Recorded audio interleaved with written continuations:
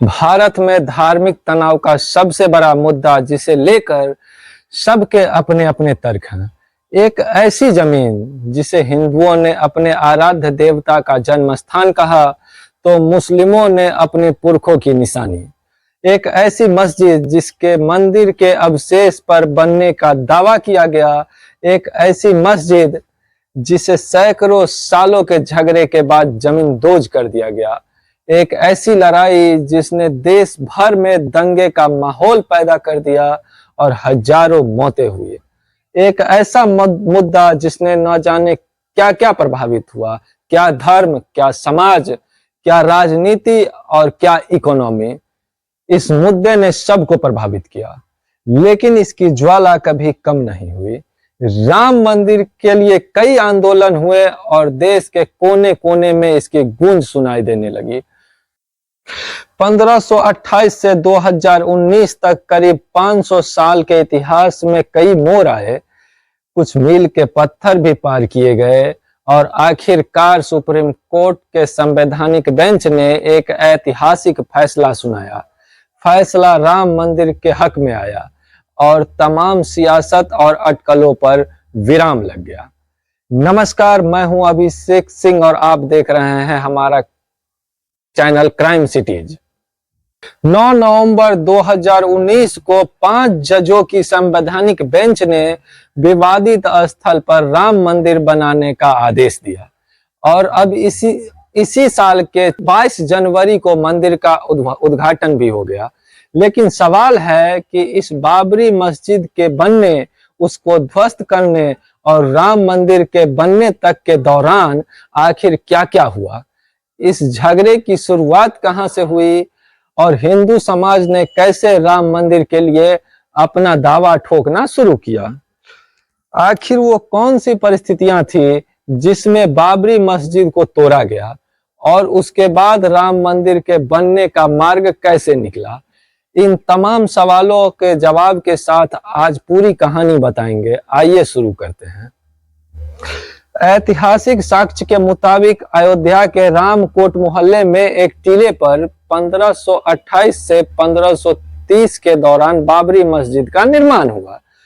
मस्जिद पर लगे शिलालेख और सरकारी दस्तावेजों के मुताबिक मुगल बादशाह बाबर के आदेश पर उसके गवर्नर मीर बाकी ने मस्जिद का निर्माण करवाया। चूंकि बादशाह बाबर के आदेश पर इस मस्जिद का निर्माण हुआ था, इसीलिए उसका नाम पड़ा बाबरी मस्जिद। हालांकि इस बात का कोई साक्ष्य नहीं है कि बाबर या मीर बाकी ने यह जमीन कैसे हासिल की थी। ये वो दौर था जब मुगल शासक पूरे देश में फैल रहा था। मुगलों और नवाबों के शासक के दौरान 1528 से 1853 तक इस मामले में हिंदू बहुत मुखर नहीं हो पाए। इसके बाद वैसे ही मुगलों और नवाबों का शासन कमजोर पड़ने लगा। हिंदू समुदाय राम मंदिर के लिए आवाज उठाने लगे। 1857 में जब क्रांति हुई तब नवाबी शासन खत्म हो गया। इसके बाद देश में ब्रिटिश कानून शासन और न्याय व्यवस्था लागू हुई। यही वो दौर था जब हिंदू खुलकर कहने लगे कि भगवान राम के मंदिर को तोड़कर मस्जिद बना ली गई। इसके बाद से बाबरी मस्जिद के स्थान पर राम मंदिर बनाने की मुहिम शुरू हो गई। माना जाता है कि इसी दौरान हिंदुओं ने मस्जिद के बाहरी हिस्से पर कब्जा कर एक चबूतरा बनाया और वहां उन्होंने भजन पूजा अर्चना शुरू कर दी। इसके बाद स्थानीय हिंदू और मुस्लिमों के बीच संघर्षों का एक दौर शुरू हो गया। 1857 के स्वतंत्रता संग्राम के अगले ही साल 30 नवंबर 1858 को बाबरी मस्जिद के कर्मचारी मौलवी मोहम्मद असगर ने एक शिकायत दर्ज की। शिकायत में कहा गया कि हिंदू वैरागियों ने मस्जिद से सटाकर एक चबूतरा बना लिया है और मस्जिद की दीवारों पर राम राम लिख दिया है। मीर बाकी की मस्जिद बनाने की 330 साल बाद यह पहली बार था जब परिसर में हवन पूजन करने पर एक मुकदमा दर्ज हुआ। शांति व्यवस्था कायम करने के लिए 1859 में प्रशासन ने चबूतरे और मस्जिद के बीच एक दीवार बना दी। मुसलमानों को ढांचे के अंदर और हिंदुओं को ढांचे के बाहर चबूतरे पर पूजा करने की इजाजत मिल गई। लेकिन तब भी व्यवस्था ऐसी थी कि दोनों पक्षों के लिए मुख्य दरवाजा एक ही था, यानी एक ही दरवाजे से वह अंदर बाहर आते जाते थे। अप्रैल 1883 में निर्मोही अखाड़े ने डिप्टी कमिश्नर फैजाबाद को एक अर्जी दी कि विवादित स्थल पर मंदिर बनाने की अनुमति दे दी जाए। यह एक वैरागी अखाड़ा है जो श्री रामानंदी वैष्णव संप्रदाय से संबंधित है। यह अखाड़ा अयोध्या प्रकरण में 1959 में चर्चा में आया, जब इन्होंने अदालत में विवादित ढांचे के संदर्भ में मुकदमा किया, जिसकी चर्चा हम आगे करेंगे। मगर मुस्लिम समुदाय की आपत्ति पर निर्मोही अखाड़े की अर्जी नामंजूर कर दी गई।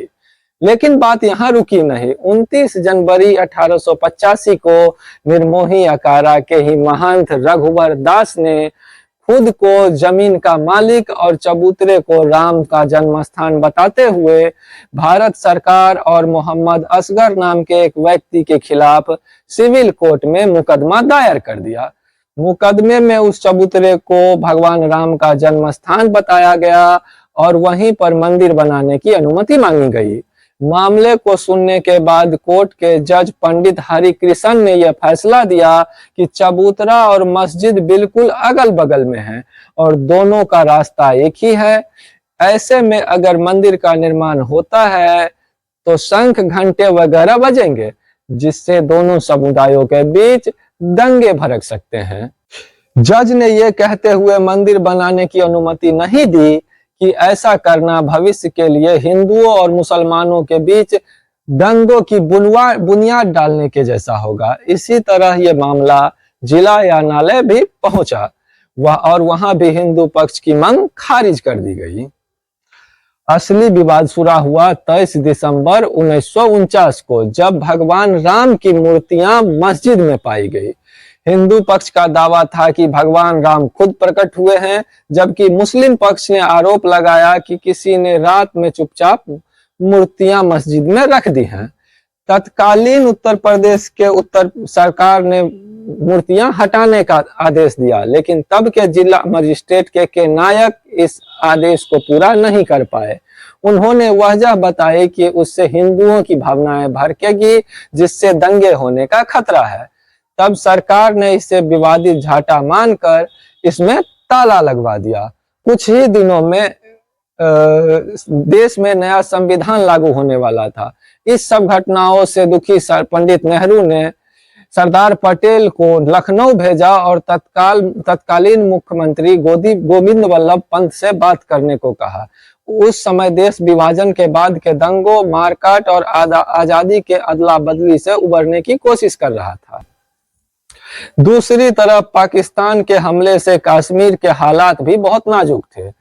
पंत को नेहरू ने पत्र लिखा कि अयोध्या में मस्जिद पर कब्जे की घटना का पूरे देश, खास तौर पर कश्मीर पर बुरा असर पड़ेगा, जहां की बहुसंख्यक मुस्लिम आबादी ने भारत के साथ रहने का फैसला किया। मस्जिद में मूर्ति पाए जाने के बाद फैजाबाद सिविल कोर्ट में 2 अर्जियां दाखिल की गई।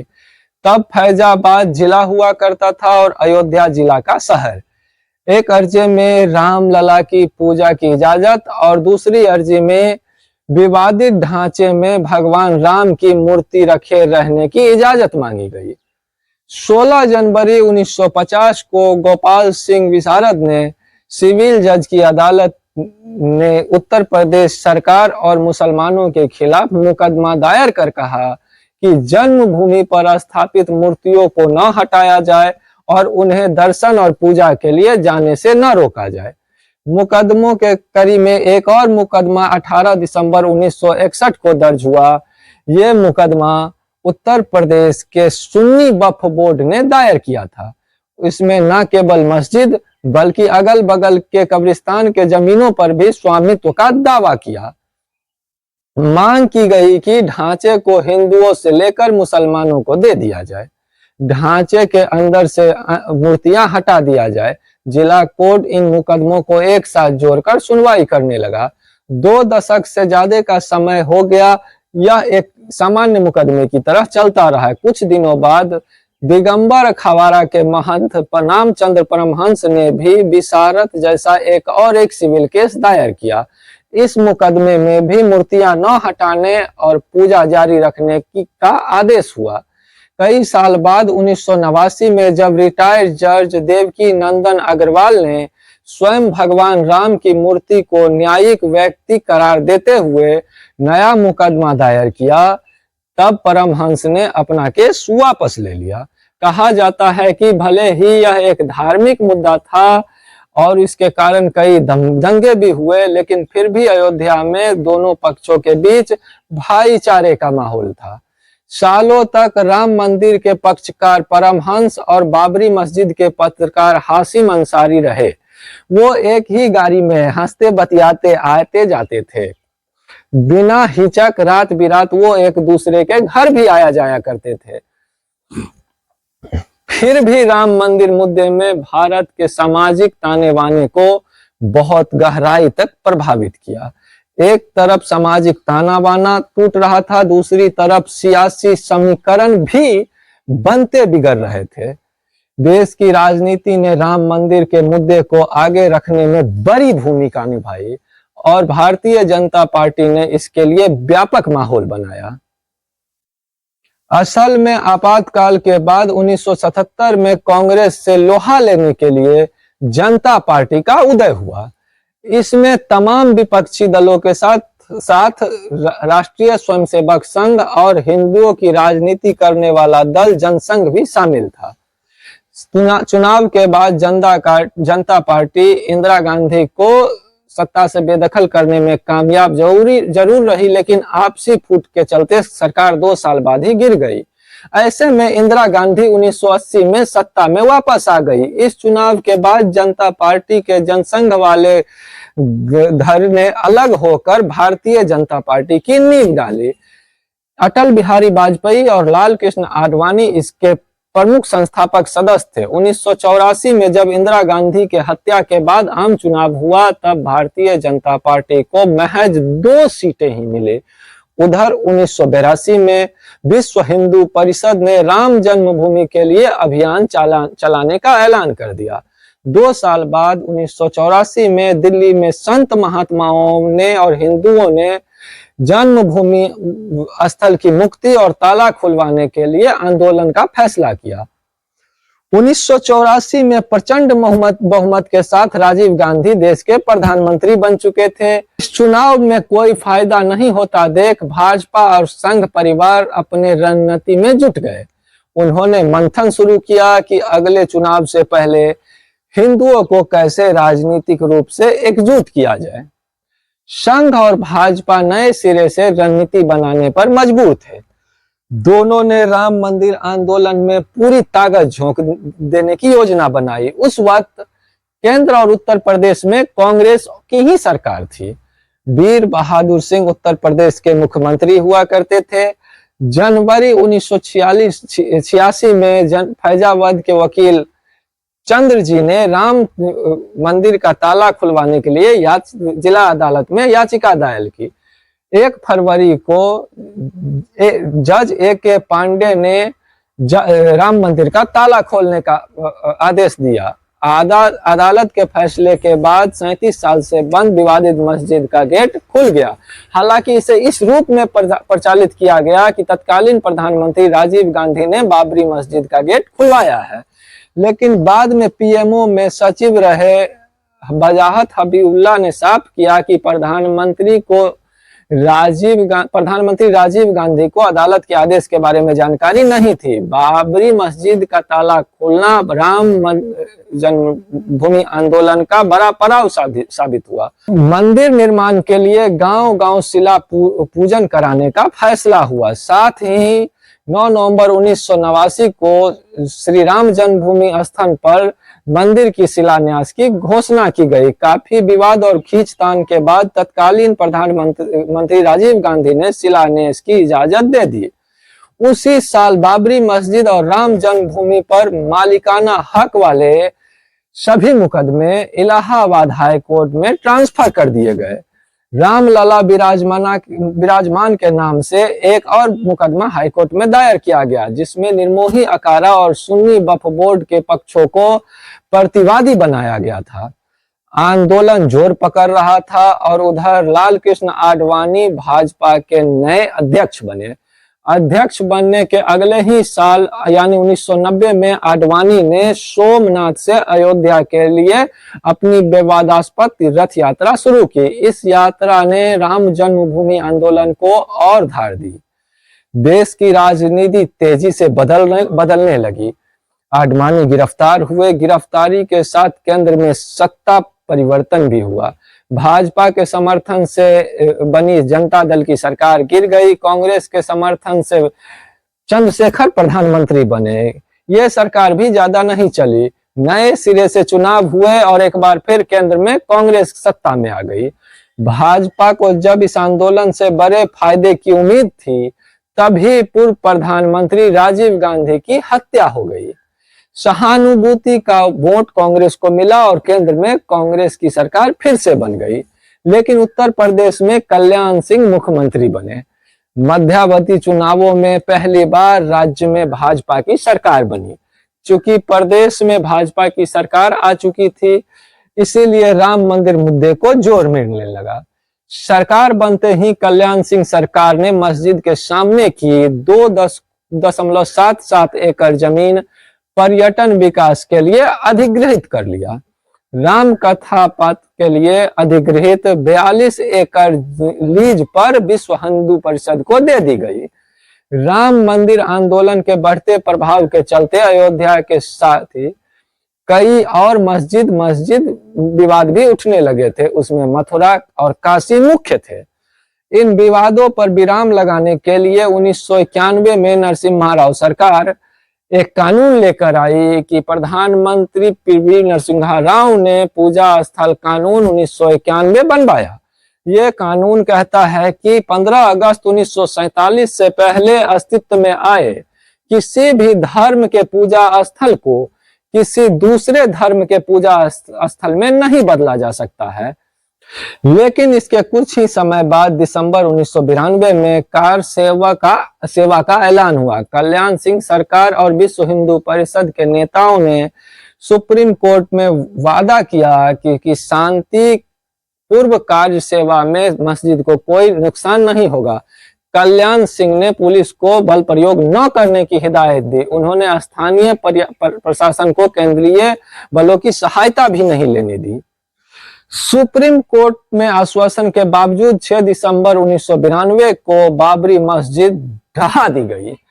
लाल कृष्ण आडवाणी, मुरली मनोहर जोशी और अशोक सिंघल जैसे शीर्ष नेताओं, सुप्रीम कोर्ट के ऑब्जर्वर और पुलिस प्रशासन के मौजूदगी में लाखों के कारसेवकों ने विवादित ढांचा गिरा दिया। इसकी जगह इसी दिन शाम को अस्थायी मंदिर बनाकर पूजा अर्चना शुरू कर दी गई। केंद्र के तत्कालीन पीवी नरसिम्हा राव सरकार ने राज्य के कल्याण सिंह सरकार सहित अन्य राज्यों की भाजपा सरकारों को बर्खास्त कर दिया। उत्तर प्रदेश सहित देश में कई जगह सांप्रदायिक हिंसा हुई, जिसमें हजारों लोगों की मौत का दावा किया गया। अयोध्या श्री राम जन्मभूमि थाना में ढांचा ध्वंस मामले में भाजपा के कई नेताओं सहित हजारों लोग पर मुकदमा दर्ज किया गया। इसके साथ ही राम काज के कानूनी लड़ाई में मुकदमों की संख्या में और इजाफा होने लगा। मस्जिद गिराए जाने के 10 दिन के बाद बाबरी मस्जिद के विध्वंस और सांप्रदायिक दंगों की परिस्थितियों की जांच करने के लिए रिटायर्ड जज MS लिब्राहन की अगुवाई में एक समिति बनाई गई। आयोग को मूल रूप से अपने गठन के 3 महीने के भीतर अपनी रिपोर्ट सौंपने का आदेश दिया गया। मस्जिद ध्वस्त होने के कुछ दिनों बाद हाईकोर्ट ने कल्याण सिंह सरकार की जमीन अधिग्रहण की कार्रवाई को गैर कानूनी करार दे दिया। जनवरी 1993 में केंद्र ने अयोध्या भूमि का अधिग्रहण कर लिया। नरसिम्हा राव सरकार ने करीब 64 एकड़ जमीन भूमि का अधिग्रहण करने के लिए एक अध्यादेश जारी किया। बाद में इसे acquisition of certain areas at Ayodhya एज 1993 नामक एक कानून के रूप में पारित कर दिया गया। सरकार के इस भूमि अधिग्रहण को सुप्रीम कोर्ट में चुनौती मिली। 1994 में इस्माइल फारूकी केस में अदालत में 3-2 के बहुमत से अयोध्या में कुछ क्षेत्रों के अधिग्रहण अधिनियम संवैधानिकता को बरकरार रखा। इस अधिग्रहण कानून के मंशा थी कि कोर्ट जिसके पक्ष में फैसला देगा उसे अपना धर्म स्थान बनाने के लिए मुख्य परिसर दिया जाएगा और थोड़ा हटकर दूसरे पक्ष को जमीन दी जाएगी। दोनों धर्म स्थलों के लिए अलग अलग ट्रस्ट बनेंगे। यात्री सुविधाओं का भी निर्माण होगा। फैजाबाद के कमिश्नर को केंद्र सरकार की ओर से रिसीवर नियुक्त किया गया, लेकिन सुप्रीम कोर्ट ने इस सवाल का जवाब देने से इनकार कर दिया कि क्या वहां मस्जिद से पहले कोई हिंदू मंदिर था। जजमेंट में कहा गया कि अदालत इस तथ्य का पता लगाने में सक्षम नहीं है। सुप्रीम कोर्ट ने हाई कोर्ट में चल रहे मुकदमों को भी बहाल कर दिया ताकि दोनों पक्ष न्यायिक प्रक्रिया से विवाद निपटा सके। अप्रैल 2002 में इलाहाबाद की लखनऊ खंडपीठ ने विवादित स्थल का मालिकाना हक तय करने के लिए सुनवाई शुरू की। कोर्ट ने 5 मार्च 2003 को भारतीय पुरातत्व सर्वेक्षण को संबंधित स्थल पर खुदाई के निर्देश दिए। 22 अगस्त 2003 को भारतीय पुरातत्व सर्वेक्षण ने न्यायालय को अपनी रिपोर्ट सौंप दी। रिपोर्ट में कहा गया कि नीचे कुछ ऐसे निर्माण मिले हैं जो उत्तर भारत के मंदिरों जैसे हैं। इसमें 10वीं शताब्दी के हिंदू मंदिरों के अवशेष मिलने का दावा किया गया। हालांकि मुस्लिमों ने पुरातत्व सर्वेक्षण की इस रिपोर्ट पर सवाल उठाए। इतिहासकारों ने भी इस निष्कर्ष को गलत बताया। 2009 में 17 साल की देरी के बाद लिब्राहन आयोग की रिपोर्ट प्रस्तुत की गई, जिसे कभी भी सार्वजनिक नहीं किया गया। लंबी सुनवाई, गवाही और दस्तावेजी सबूतों के बाद 30 सितंबर 2010 को इलाहाबाद हाई कोर्ट ने 8189 पन्नों का फैसला दिया। तमाम परिस्थिति और साक्ष्यों के आधार पर तीनों जजों ने यह माना कि भगवान रामचंद्र जी का जन्म मस्जिद के बीच वाले गुंबद वाली जगह पर हुआ होगा, लेकिन जमीन पर मालिकाना हक के बारे में किसी के पास कोई पुख्ता सबूत नहीं है। दीर्घकालीन कब्जे के आधार पर इसे भगवान राम, निर्मोही अखाड़ा और सुन्नी वक्फ बोर्ड के बीच 3 हिस्सों में बांट दिया गया। हाईकोर्ट ने ध्वस्त बाबरी मस्जिद के गुंबद के नीचे वाले हिस्से को हिंदुओं को आवंटित कर दिया। पास के राम चबूतरा और सीता रसोई भी निर्मोही अखाड़ा के पास चले गए। सुन्नी वक्फ बोर्ड को 1/3 हिस्से में विवादित जमीन का बाहरी प्रांगण मिला। इसे एक पंचायती फैसला भी कहा गया, जिसे सभी पक्षकारों ने नकार दिया। इसके बाद मामला पहुंचा सुप्रीम कोर्ट। 21 मार्च 2017 को सर्वोच्च न्यायालय ने मध्यस्थता से मामले को सुलझाने की पेशकश की। ये भी कहा कि दोनों पक्ष राजी हों तो अब वो भी इसके लिए तैयार हैं, लेकिन दोनों पक्षों ने इस प्रस्ताव को नहीं माना। 6 अगस्त 2019 को सर्वोच्च न्यायालय ने प्रतिदिन सुनवाई शुरू की। 16 अक्टूबर 2019 को सुप्रीम कोर्ट में सुनवाई पूरी हुई और कोर्ट ने फैसला सुरक्षित रख लिया। इससे पहले 40 दिन तक लगातार सुप्रीम कोर्ट में सुनवाई की गई। 134 साल से चली आ रही लड़ाई में अब वक्त था अंतिम फैसले का। 9 नवंबर 2019 को सुप्रीम कोर्ट ने संबंधित स्थल को श्री राम जन्मभूमि माना और 2.77 एकड़ भूमि रामलला के स्वामित्व की मानी। वहीं निर्मोही अखाड़ा और सुन्नी वक्फ बोर्ड के दावों को खारिज कर दिया गया। इसके साथ ही कोर्ट ने निर्देश लिया कि मंदिर निर्माण के लिए केंद्र सरकार 3 महीने में ट्रस्ट बनाए और ट्रस्ट में निर्मोही अखाड़े के एक प्रतिनिधि को शामिल करे। इसके अलावा यह भी आदेश दिया कि उत्तर प्रदेश की सरकार मुस्लिम पक्ष को वैकल्पिक रूप से मस्जिद बनाने के लिए 5 एकड़ भूमि का भूमि किसी उपयुक्त स्थान पर उपलब्ध कराए। कोर्ट ने तर्क दिया कि अदालत को धर्म और श्रद्धालुओं की आस्था को स्वीकार करना चाहिए। अदालत ने कहा कि हिंदू इस स्थान को भगवान राम का जन्म स्थान मानते हैं और मुस्लिम भी विवादित जगह के बारे में यही कहते हैं। कोर्ट ने प्राचीन यात्रियों द्वारा लिखी गई किताब में और प्राचीन ग्रंथ का हवाला देते हुए कहा कि अयोध्या भगवान राम की जन्मभूमि रही है। ऐतिहासिक कुछ धारणाओं से ये संकेत मिलते हैं कि हिंदुओं की आस्था में अयोध्या भगवान राम की जन्मभूमि है। पुरातात्विक सर्वेक्षण के रिपोर्ट से यह साबित होता है कि ढहाए गए ढांचे के नीचे एक मंदिर था। पुरातात्विक प्रमाणों को महज एक ओपिनियन करार दे देना भारतीय पुरातात्विक सर्वेक्षण का अपमान होगा। हालांकि कोर्ट ने यह भी कहा कि पुरातात्विक सर्वेक्षण ये तथ्य स्थापित नहीं किया कि मंदिर को गिराकर मस्जिद बनाई गई थी। बहरहाल अंतिम फैसला राम मंदिर के पक्ष में आया। भारत के सबसे बड़े धार्मिक विवाद का चैप्टर बंद हो गया। राम मंदिर पर दशकों से हो रही राजनीति पर भी विराम लग गया। हम उम्मीद करते हैं कि राम मंदिर न केवल भारत बल्कि पूरे दुनिया में सौहार्द का प्रतीक बनेगा। मर्यादा पुरुषोत्तम श्री राम का ये मंदिर समाज के ताने बाने को बांध कर रखेगा और भारत में एक नई युग की शुरुआत होगी। आज के एपिसोड में बस इतना ही। अगली बार फिर किसी दिलचस्प कहानी से आपको रूबरू कराएंगे। आपको यह हमारा कार्यक्रम कैसा लगता है और इसे लेकर आपकी जो भी सुझाव है या जो भी फीडबैक है उसे कमेंट बॉक्स में जरूर लिखें। धन्यवाद।